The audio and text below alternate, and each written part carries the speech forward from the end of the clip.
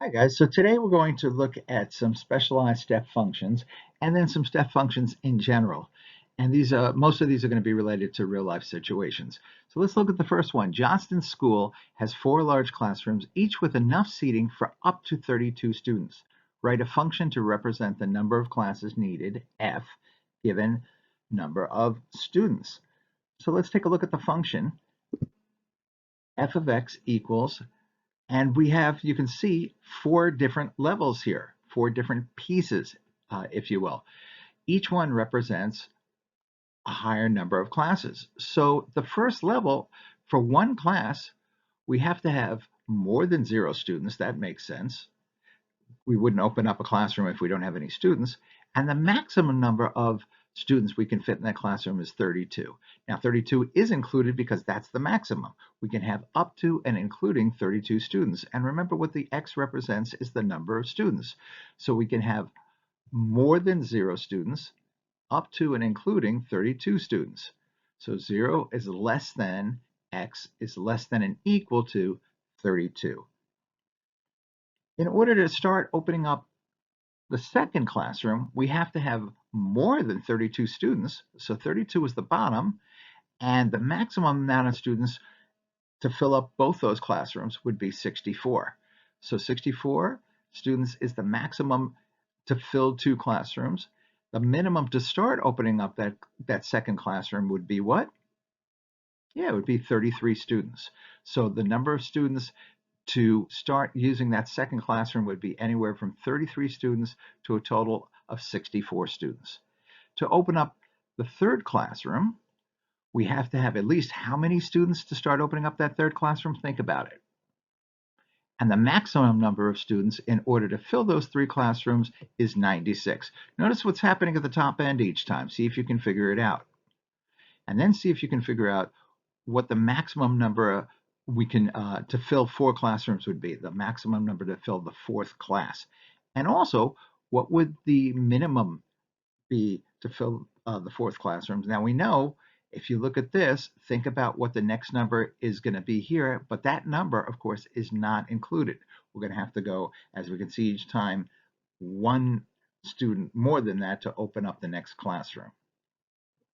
Let's look at the graph. So we're comparing the number of students X to the number of classrooms needed F of X. Number of students, well, that controls how many classrooms we're going to have to open up. So that's the independent variable, the number of students, and number of classrooms needed is the dependent. F of X, remember, is just another way of saying Y. So Y is the dependent variable. X is the independent variable. Notice what happens here. That first level, we need more than 0 students, and the maximum amount we can have for that first classroom is 32. Once we have more than 32 students, what happens? You can see the 32 is included here, so it can't be included as part of this second level. So where does this actually start? It starts at 33 students. And at 33 students, it goes all the way up to and including 64 students. So if we need 2 classrooms open, we need a maximum of 64 students or less to open up 2 classrooms. Okay, the minimum amount we need is 1 more than 32, which would be 33. So this actually starts at 33. 32 is not included. Level 3. Okay, so think about it. At level 3, what's the minimum number of students we need to get that classroom open?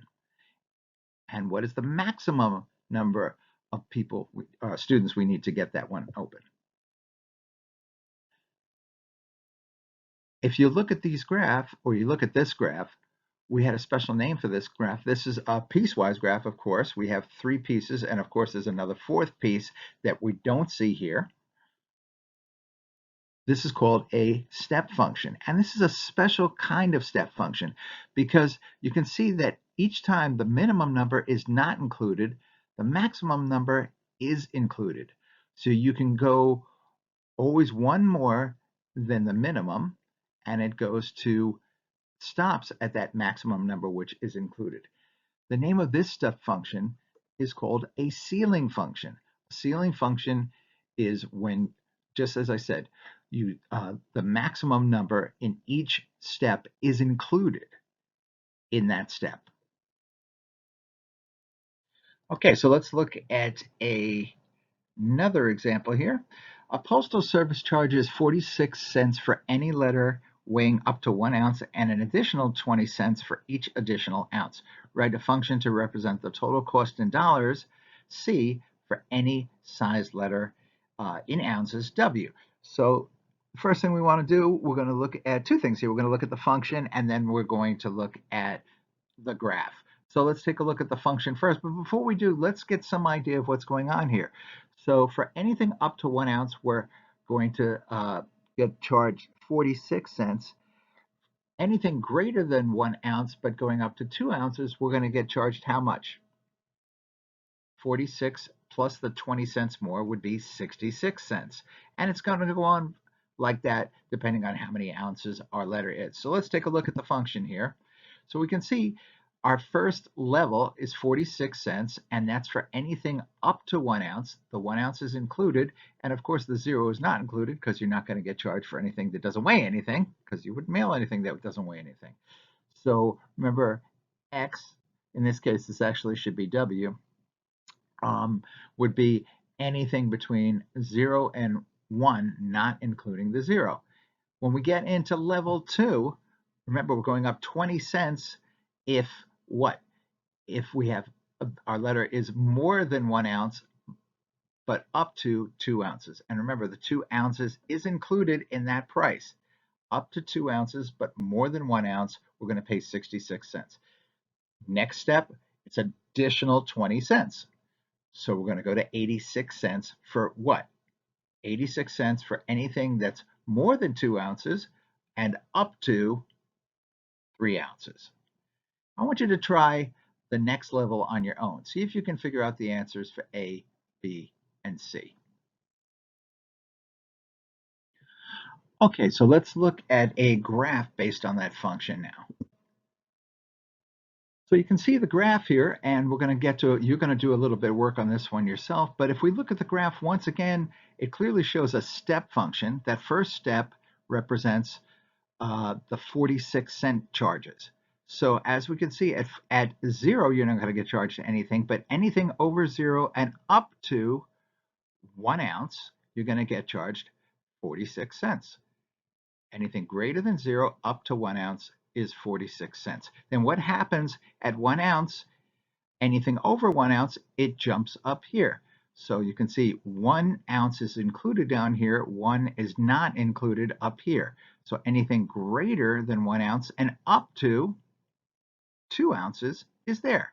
Anything greater than 1 up to 2 is at the second level, that second step, and that second step charges 66 cents. So it's 60 cents total for anything between those two X values, or those two, the amount of weight in there, right? Okay, then we go up to our next step, and you can see once again, that point is included here, so it's not included there, and that point is what? Well, 2 ounces. So 2 ounces is not included up here. Anything greater than 2 ounces is, and up to 3 ounces. Anything greater than 2 ounces up to 3 ounces is going to cost how much? It's going to cost 86 cents. So I want you to figure out what the next step would be, all the information there for the next step. Then I also want you to look at a couple of other things. What goes down here? How should we label this? And how should we label this? Give it a try. Good luck.